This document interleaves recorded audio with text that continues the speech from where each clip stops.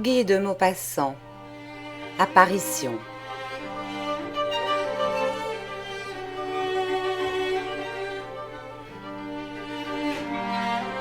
On parlait de séquestration à propos d'un procès récent. C'était à la fin d'une soirée intime rue de Grenelle, dans un ancien hôtel, et chacun avait son histoire, une histoire qu'il affirmait vraie. Alors le vieux marquis de la Tour Samuel, âgé de 82 ans, se leva et vint s'appuyer à la cheminée. Il dit de sa voix un peu tremblante : « Moi aussi, je sais une chose étrange, tellement étrange qu'elle a été l'obsession de ma vie. Voici maintenant 56 ans que cette aventure m'est arrivée, et il ne se passe pas un mois sans que je ne la revoie en rêve. Il m'est demeuré de ce jour-là une marque, une empreinte de peur. Me comprenez-vous ? Oui, j'ai subi l'horrible épouvante pendant 10 minutes, d'une telle façon que depuis cette heure, une sorte de terreur constante m'est restée dans l'âme. Les bruits inattendus me font tressaillir jusqu'au cœur.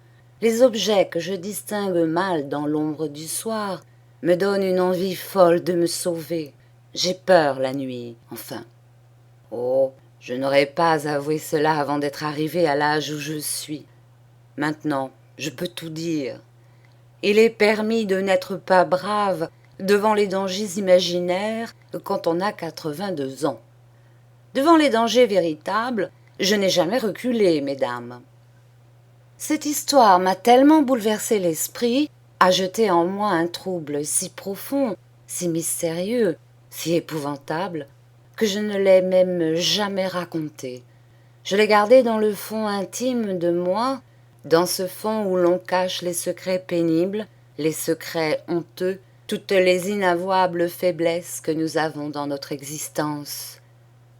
Je vais vous dire l'aventure telle qu'elle, sans chercher à l'expliquer. Il est bien certain qu'elle est explicable, à moins que je n'ai eu mon heure de folie. Mais non, je n'ai pas été fou, et vous en donnerai la preuve. Imaginez ce que vous voudrez. Voici les faits tout simples. C'était en 1827, au mois de juillet. Je me trouvais à Rouen, en garnison. Un jour, comme je me promenais sur le quai, je rencontrai un homme que je crus reconnaître sans me rappeler au juste qui c'était.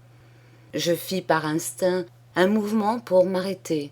L'étranger aperçut ce geste, me regarda et tomba dans mes bras. C'était un ami de jeunesse que j'avais beaucoup aimé. Depuis 5 ans que je ne l'avais vu, il semblait vieilli d'un demi-siècle. Ses cheveux étaient tout blancs, et il marchait courbé comme épuisé. Il comprit ma surprise et me conta sa vie. Un malheur terrible l'avait brisé. Devenu follement amoureux d'une jeune fille, il l'avait épousée dans une sorte d'extase de bonheur. Après un an d'une félicité surhumaine et d'une passion inapaisée, elle était morte subitement d'une maladie de cœur, tuée par l'amour lui-même sans doute. Il avait quitté son château le jour même de l'enterrement, et il était venu habiter son hôtel de Rouen. Il vivait là, solitaire et désespéré, rongé par la douleur, si misérable qu'il ne pensait qu'au suicide. « Puisque je te retrouve ainsi, me dit-il, je te demanderai de me rendre un grand service. C'est d'aller chercher chez moi, dans le secrétaire de ma chambre, de notre chambre, quelques papiers dont j'ai un urgent besoin. » Je ne puis charger de ce soin un subalterne ou un homme d'affaires, car il me faut une impénétrable discrétion et un silence absolu. Quant à moi, pour rien au monde, je ne rentrerai dans cette maison. Je te donnerai la clé de cette chambre que j'ai fermée moi-même en partant, et la clé de son secrétaire. Tu remettras en outre un mot de moi, mon jardinier, qui t'ouvrira le château. Mais viens déjeuner avec moi demain, et nous causerons de cela. Je lui promis de lui rendre ce léger service. Ce n'était d'ailleurs qu'une promenade pour moi, son domaine se trouvant situé à 5 lieues de Rouen environ. J'en avais pour 1 heure à cheval. À 10 heures le lendemain, j'étais chez lui. Nous déjeunâmes en tête-à-tête. Mais il ne prononça pas 20 paroles. Il me pria de l'excuser. La pensée de la visite que j'allais faire dans cette chambre où gisait son bonheur le bouleversait, me disait-il. Il me parut en effet singulièrement agité, préoccupé, comme si un mystérieux combat se fût livré dans son âme. Enfin, il m'expliqua exactement ce que je devais faire. C'était bien simple. Il me fallait prendre 2 paquets de lettres et une liasse de papier enfermés dans le premier tiroir de droite du meuble dont j'avais la clé. Il ajouta « Je n'ai pas besoin de te prier de n'y point jeter les yeux. » Je fus presque blessé de cette parole, et je le lui dis un peu vivement. Il balbutia « Pardonne-moi, je souffre trop. » Et il se mit à pleurer. Je le quittai vers 1 heure pour accomplir ma mission. Il faisait un temps radieux, et j'allais au grand trot à travers les prairies, écoutant des chants d'alouettes et le bruit rythmé de mon sabre sur ma botte. Puis j'entrai dans la forêt et je mis au pas mon cheval. Des branches d'arbres me caressaient le visage, et parfois j'attrapais une feuille avec mes dents et je la mâchais avidement, dans une de ces joies de vivre qui vous emplissent, on ne sait pourquoi, d'un bonheur tumultueux et comme insaisissable, d'une sorte d'ivresse de force.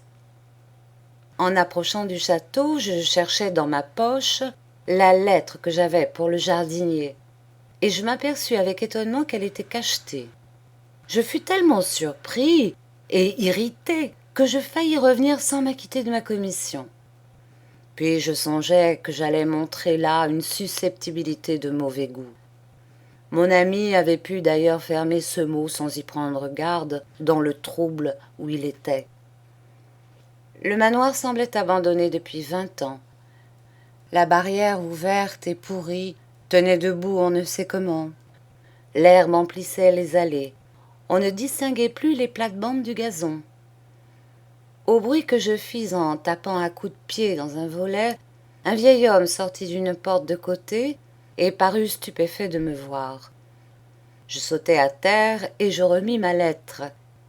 Il la lut, la relut, la retourna, me considéra en dessous, mit le papier dans sa poche et prononça « Eh bien, qu'est-ce que vous désirez ?» Je répondis brusquement « Vous devez le savoir puisque vous avez reçu là-dedans les ordres de votre maître. Je veux entrer dans ce château. » Il semblait atterré. Il déclara « Alors, vous allez dans sa chambre ?» Je commençai à m'impatienter. « Parbleu, mais est-ce que vous auriez l'intention de m'interroger par hasard ?» Il balbutia. « Non, monsieur, mais c'est qu'elle n'a pas été ouverte depuis la mort. Si vous voulez m'attendre 5 minutes, je vais aller voir si... » Je l'interrompis avec colère. « Ah, ça, voyons, vous fichez-vous de moi. Vous n'y pouvez pas entrer puisque voici la clé. » Il ne savait que dire. « Alors, monsieur, je vais vous montrer la route. Montrez-moi l'escalier et laissez-moi seul. Je la trouverai bien sans vous. » Mais, monsieur, cependant, cette fois je m'emportai tout à fait. « Maintenant, taisez-vous, n'est-ce pas? Ou vous aurez affaire à moi. » Je l'écartai violemment et je pénétrai dans la maison. Je traversai d'abord la cuisine, puis 2 petites pièces que cet homme habitait avec sa femme. Je franchis ensuite un grand vestibule, je montai l'escalier et je reconnus la porte indiquée par mon ami. Je l'ouvris sans peine et j'entrai. L'appartement était tellement sombre que je ne distinguais rien d'abord. Je m'arrêtai, saisi par cette odeur moisie et fade des pièces inhabitées et condamnées, des chambres mortes. Puis, peu à peu, mes yeux s'habituèrent à l'obscurité, et je vis assez nettement une grande pièce en désordre, avec un lit sans drap, mais gardant ses matelas et ses oreillers, dont l'un portait l'empreinte profonde d'un coude ou d'une tête, comme si on venait de se poser dessus. Les sièges semblaient en déroute. Je remarquai qu'une porte, celle d'une armoire sans doute, était demeurée entr'ouverte. J'allai d'abord à la fenêtre pour donner du jour et je l'ouvris. Mais les ferrures du contrevent étaient tellement rouillées que je ne pus les faire céder. J'essayai même de les casser avec mon sabre sans y parvenir. Comme je m'irritais de ces efforts inutiles, et comme mes yeux s'étaient enfin parfaitement accoutumés à l'ombre, je renonçai à l'espoir d'y voir plus clair et j'allai au secrétaire. Je m'assis dans un fauteuil, j'abattis la tablette, j'ouvris le tiroir indiqué. Il était plein jusqu'au bord. Il ne me fallait que 3 paquets que je savais comment reconnaître, et je me mis à les chercher. Je m'écarquillais les yeux à déchiffrer les suscriptions quand je crus entendre, ou plutôt sentir, un frôlement derrière moi. Je n'y pris point garde, pensant qu'un courant d'air avait fait remuer quelque étoffe. Mais au bout d'une minute, un autre mouvement presque indistinct me fit passer sur la peau un singulier petit frisson désagréable. C'était tellement bête d'être ému, même à peine, que je ne voulus pas me retourner par pudeur pour moi-même. Je venais alors de découvrir la seconde Délias qu'il me fallait, et je trouvais justement la 3e, quand un grand et pénible soupir, poussé contre mon épaule, me fit faire un bond de fou à 2 mètres de là. Dans mon élan, je m'étais retourné, la main sur la poignée de mon sabre, et certes, si je ne l'avais pas senti à mon côté, je me serais enfui comme un lâche. Une grande femme vêtue de blanc me regardait, debout derrière le fauteuil où j'étais assis une seconde plus tôt. Une telle secousse me courut dans les membres que je faillis m'abattre à la renverse. Oh, personne ne peut comprendre, à moins de les avoir ressentis, ces épouvantables et stupides terreurs. L'âme se fond, on ne sent plus son cœur, le corps entier devient mou comme une éponge, on dirait que tout l'intérieur de nous s'écroule. Je ne crois pas aux fantômes. Eh bien, j'ai défailli sous la hideuse peur des morts, et j'ai souffert, oh, souffert en quelques instants, plus qu'en tout le reste de ma vie, dans l'angoisse irrésistible des épouvantes surnaturelles. Si elle n'avait pas parlé, je serais mort peut-être. Mais elle parla d'une voix douce et douloureuse qui faisait vibrer les nerfs.